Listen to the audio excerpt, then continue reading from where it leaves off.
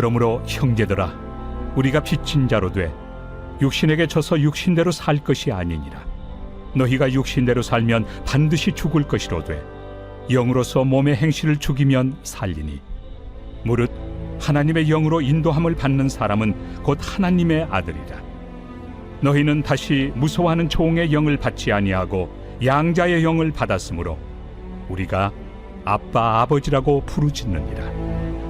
성령이 친히 우리의 영과 더불어 우리가 하나님의 자녀인 것을 증언하시나니, 자녀이면 또한 상속자 곧 하나님의 상속자요 그리스도와 함께한 상속자니, 우리가 그와 함께 영광을 받기 위하여 고난도 함께 받아야 할 것이니라.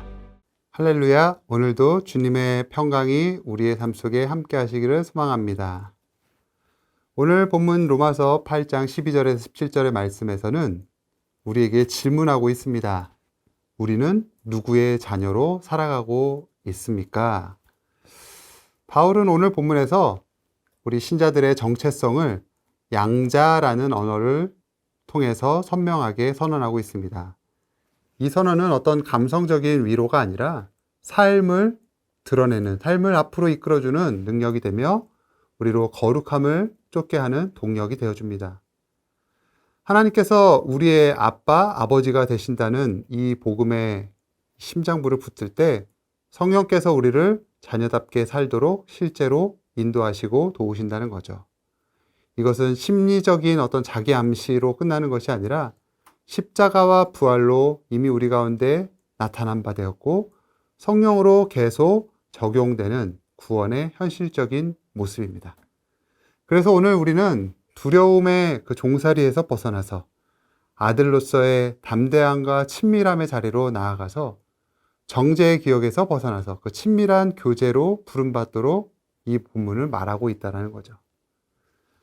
오늘 본문 12절에 그러므로로 시작되는데요. 그러므로 형제들아, 우리가 빚진 자로 돼 육신에게 져서 육신대로 살 것이 아니니라, 이렇게 12절 고백하죠.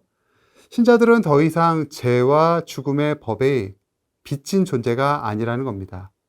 십자가와 부활로 우리의 채무는 이미 청산되었습니다. 그러므로 이제 거룩이라는 것은 사람의 마음에 심겨져 있는 그런 공포심에서 나오는 억지로 해야 될만 하는, 그 복종해야 될만 그런 것이 아니라 죄로부터 탕감받은 자가 기쁨으로 드리는 순종이라는 것이죠. 13절에 이렇게 표현되어 있습니다. 영으로서 몸의 행실을 죽이면 살리니. 성령께서 내주하실 때 우리는 죄와 타협하지 않기 위해 구체적인 싸움을 시작하게 됩니다. 눈과 입술, 손과 발에 스며 있는 그 몸의 행실을 성령의 도우심으로 단호하게 대적한다는 것이죠. 우리 삶의 실천은 작고 분명하게 시작되어야 합니다. 유혹의 요소들을 단호하게 끊어버리고 세상의 것과 타인들과 자신을 비교하는 것을 멈추고 회개하며 기도하며 하루를 여는 그 규칙을 세워보는 것은 어떨까요? 말씀 한 구절을 암송해서 마음의 문지기로 세워두는 일들도 좋을 것 같습니다. 저는 개인적으로 잠언 4장 23절 말씀을 늘 마음에 새기는데요. 모든 지킬 만한 것 중에 더욱 내 마음을 지키라. 생명의 근원이 이에서 남이니라. 이 말씀으로 제 마음에 문지기를 세워두었습니다. 자녀됨의 신분이 거룩하게 살려는 의지를 낳게 되고 또 성령의 능력이 그 의지를 실행하게 만들어 주는 것이죠. 오늘 본문 15절은 말합니다. 너희는 다시 무서워하는 종의 영을 받지 아니하고 양자의 영을 받았으므로 우리가 아빠 아버지라고 부르짖느니라.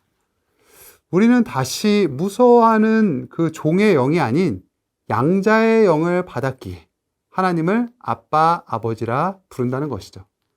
여기서 아빠라고 하는 이 표현은 단순하게 가벼운 애칭이 아니라 법적으로 또 관계적으로 확실하게 우리의 관계가 무엇인지를 드러내주는 호칭이라는 거예요. 종은, 노예는 공포 속에서, 주인의 그 공포 속에서 일할 수밖에 없지만 아들은 사랑 속에서 살 수 있습니다. 종과 노예는 성과를 통해서 그의 존재를 드러내야만 하지만 아들은 그 존재 자체 때문에 받아들여지는 겁니다. 그렇기 때문에 기도는 성과를 보고하는 시간이 아니라 아빠를 찾는, 우리가 주님께로 돌아가는, 아빠에게로 돌아가는 그 귀한 시간이 된다는 것이죠. 이 호칭이 여는 또 은혜는 다른 게 또 있습니다. 첫 번째로 담대함이죠. 두려움과 정죄가 마음을 잠식할 때 성령께서 우리 안에서 아빠를 불러주심으로 죄로부터 당할 수밖에 없는 그 어려움의 문제를 침묵시켜 주신다는 거예요. 또 주님과 우리의 관계를 친밀함으로 이끌어 주시는 거죠. 매일의 삶과 사소한 염려 속에까지 하나님 아버지의 세밀한 돌보심을 기대하게 만듭니다. 예배와 기도의 자리에서 말씀을 들을 때마다 우리는 아버지께 나아갈 길이 항상 열려 있음을 체험하게 됩니다. 우리 믿는 자들의 가장 큰 능력은 그 능력을 체험하는 그 자체가 아니라 아버지께 나아갈 권세가 이미 주어졌다는 그것 자체가 이미 우리에게 더 큰 능력이며 더 큰 은혜라는 것이죠. 이어서 16절은 말합니다. 성령이 친히 우리의 영과 더불어 우리가 하나님의 자녀인 것을 증언하시나니.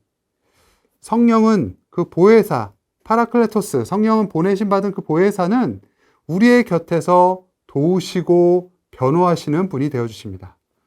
사탄은 우리의 실패를 계속해서 지적하죠. 집어내면서 너는 자녀가 아니야 라고선 우리에게 속삭일 겁니다. 그때 성령께서는 우리 안에 내적인 증언을 확증하시면서 우리는 그리스도 안에 있다. 그리스도 안에 있는 자는 결코 정죄함이 없다라는 것을 이야기하면서 아버지께서 너를 그렇게 귀히 여기신다라고 하시면서 우리를 이끌어 주신다는 거예요. 이것은 단지 주관적인 어떤 개인적인 감정이 아니라 말씀을 통해서 확증하시고 우리를 회개로 돌이키게 하시며 공동체의 권면과 하나님과의 외적인 그 예배함과 그런 것들을 통해서 하나님과의 깊은 친밀한 관계를 다시금 확인할 수 있도록 만들어 주신다는 거예요. 자녀됨의 확증을 받은 사람은 다시 아빠를 부르며 일어날 수 있게 된다는 거죠. 마지막으로 17절에서 말씀합니다. 자녀이면 또한 상속자, 곧 하나님의 상속자요 그리스도와 함께한 상속자니 우리가 그와 함께 영광을 받기 위하여 고난도 함께 받아야 할 것이니라. 아멘. 아들의 길에는 십자가도 포함되어 있습니다. 그러나 이 고난이라고 하는 것은 그 고난을 통해서 벌을 받는 것이 아니라 우리가 나아가야 할 징표, 표지가 되어준다는 거죠. 우리는 이미 아버지에게 속해 있고 장차 누릴 유업이 확정되어 있기 때문에 현재 우리 가운데 있는 이 고난을 인내로 풀어가며 해석할 수 있다는 거예요. 성령님께서 고난의 한가운데서도 우리를 위로하시고 우리를 견인하면서 이끌어 주십니다.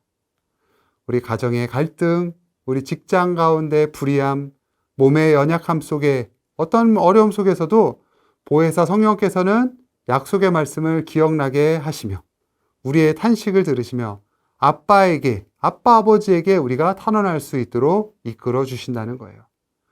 고난 속에서 잃지 말아야 할 것은 어떤 결과가 아니라 그분과 우리가 어떠한 관계에 있는지, 우리가 누구의 자녀인지를 바로 여기서 상기시켜주고 있다는 겁니다.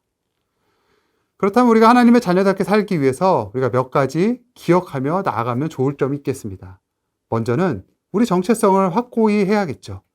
매일 아침 짧게라도 고백하십시오. 아빠, 아버지, 오늘 하루도 자녀로 살게 하여 주옵소서. 오늘의 말씀 한 구절을 마음에 새기면서 그 구절로 하루를 선택하며 살아가는 것이죠. 그리고 거룩을 실천하십시오. 영으로서 몸의 행실을 죽이는 이게 있다면 우리가 그것들을 한 번씩 기억하면서 어떤 것이 과연 우리의 몸을 행실을 거룩한 영으로서 살려낼 수 있는 것인가 생각해 보면서 우리가 분노해야 할 일이 있거나 아니면 영적으로 타락할 뭔가가 있거나 아니면 다른 악한 것들을 쫓으려는 한 그런 습관과 모습들이 있다면 그것들을 과감하게 단호하게 잘라버리는 일들이 필요하다는 것이죠. 그리고 우리가 공동체 안에 자녀됨을 기억해야 됩니다. 아버지가 한 분이시라면 우리는 다 함께 형제 자매 아니겠습니까? 우리 안에서 누가 누구를 평가하고 누가 누구를 정죄하고 누가 더 높고 낮음을 그런 서열의 문화를 갖는 것들을 갖지 않고 연약한 자들을 덮어주고 그들을 더욱더 사랑으로 섬길 수 있는 그 마음을 자녀답게 우리가 마음에 새길 수 있어야 한다는 겁니다. 그리고 우리 가운데 찾아온 고난이 있다면 이 고난이 우리가 마땅히 상속자로서 감당해야 될, 또 이겨내야 할 고난인 것을 기억하면서 주님, 이 상황 속에서도 아버지의 뜻을 마주보게 하여 주옵소서, 견디게 하여 주옵소서 라고 기도하며 나아갈 수 있어야 된다는 것이죠. 우리에게 주어진 이 복음은 우리를 무서워하며 살아야 되는 그 종의 자리에서 하나님을 아빠, 아버지라 부를 수 있는 친밀한 자리로 우리를 옮겨주십니다. 바로 이것이 은혜이며 바로 이것이 능력입니다. 아버지께 나아갈 권세가 이미 우리에게 주어졌고 보혜사 성령께서 지금도 우리 곁에 도와주십니다. 그렇기 때문에 두려움이 높아질수록 아빠를 더 자주 부르는 거예요. 그리고 유혹이 강해질수록 우리가 영으로서 성령의 능력으로서 더 분명히 맞서 싸워야 하는 거죠. 고난이 깊어질수록 우리 가운데 상속의 소망을 더 단단히 붙잡을 수 있어야 합니다. 오늘 이 성령이 친히 우리의 영과 더불어 증언하고 계십니다. 너는 하나님의 자녀다. 나는 하나님의 자녀다. 이 확증에서 출발해서 자녀답게 살아가십시다. 아버지의 이름을 높여드리며 주어진 삶의 자리에서 아버지의 마음을 드러내며 그래 마침내는 그리스도와 함께 받을 그 영광을 이루기 위하여 날마다 우리 가운데 주어진 삶을 믿음으로 능히 감당하며 나아갈 수 있는 우리 모두가 될 수 있기를, 또한 오늘 하루가 될 수 있기를 간절히 소망합니다. 기도하겠습니다. 사랑과 은혜의 아버지 하나님, 우리를 아빠, 아버지로 부를 수 있는 자녀로 삼아주셨으니 주님, 우리의 삶이 자녀의 삶에 합당한 삶을 살아가도록 인도하여 주시고, 주님, 우리와 함께 하시는 그 성령님, 도우시고 내주하시는 성령님으로 인해서 날마다 우리의 삶의 모든 시련과 어려움들 앞에서 승리하며 믿음으로 나아가는 하나님의 사람들 되도록 은혜를 더하여 주옵소서. 감사드리며 예수님 이름으로 기도합니다. 아멘.